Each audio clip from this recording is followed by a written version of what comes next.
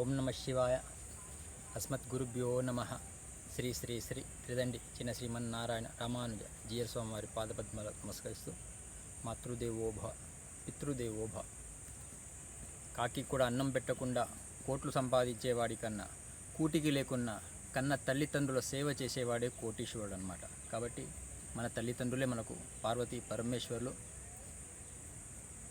ఈరోజు శ్రీ శ్రీ శ్రీ రమణ మహర్షి ఆశ్రమం లోపల నుంచి పైన విరూపాక్ష కేవ్స్కి వెళ్తున్నాను అనమాట. పైకి వచ్చాను. మన తెలుగు వాళ్ళు కొంచెం కనిపిస్తే జీవితానికి ఆనందం అనిపించింది. వారు వీడియో ఒకటి రికార్డ్ చేస్తున్నారు. కాబట్టి తింటే పశువుల విలువ పెరుగుతుందంట, వింటే మనుషుల విలువ పెరుగుతుంది. అందుకే గురువులు చెప్తున్నప్పుడు శ్రద్ధాభక్తితో వినాలన్నమాట. ఒకప్పుడు సత్యయుగం అన్నమాట. సత్యయుగంలో రాక్షసులంతా పాతాళ లోకంలో ఉండేవాళ్ళంట. ఇలాంటి మంచి వాళ్ళందరూ కూడా స్వర్గంలో ఉండేవాళ్ళంట, సత్యయుగంలో ఉండేవాళ్ళు, పైన ఉండేవాళ్ళంట, సత్యలోకంలో ఉండేవాళ్ళంట. నెక్స్ట్ వచ్చే వరకు త్రేత అన్నమాట. త్రేత వచ్చే వరకు ఇద్దరు భూమి మీద వచ్చారంట, అటు రాముడిగా ఇటు రావణాసురుడిగా. నెక్స్ట్ వచ్చే వరకు ద్వాపర అన్నమాట. ద్వాపర వచ్చే వరకు ఇద్దరు కుటుంబంలో వచ్చేసారంట, అటు కౌరవులు ఇటు పాండవులు. ఇప్పుడు కలియుగము.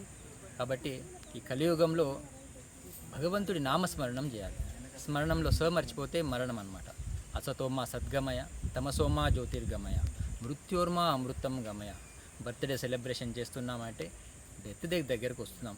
కాబట్టి ఆ భగవంతుడి నామస్మరణ అందరికి చక్కగా చేద్దాం.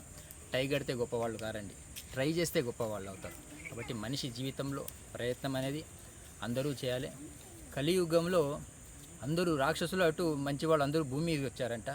వాళ్ళందరూ మనలో ఉన్నారంట. కాబట్టి ఆ మనలో ఉన్న చెడుని బయటికి తీస్తారా, మంచిని బయటికి తీస్తారా, అది మీ మీద ఆధారపడి ఉంది. కాబట్టి మంచిని మైక్లో చెప్పాలంట, చెడుని చెవులో చెప్పాలంట.